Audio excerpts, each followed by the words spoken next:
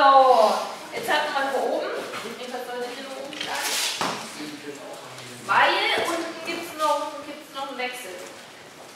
Also, oben schlagen ist meine obere Hand ja beschäftigt.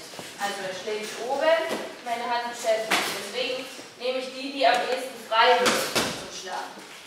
Wenn er unten schlägt, kann ich hier direkt schlagen. Die Hand ist nämlich sogar schon in meiner Position. Und dann kommt die zweite hinterher. Machst du den Bratzenhalter ein bisschen einfacher.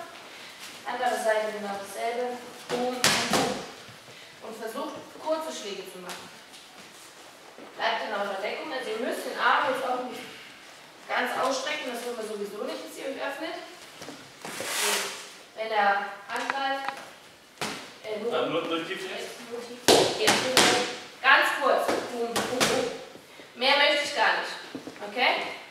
Ganz kurz aus der Deckung raus, weil wir stehen ja in der Distanz und ich eigentlich sein Kind treffe. Wenn ich sein Kind treffe, kann ich das ja nicht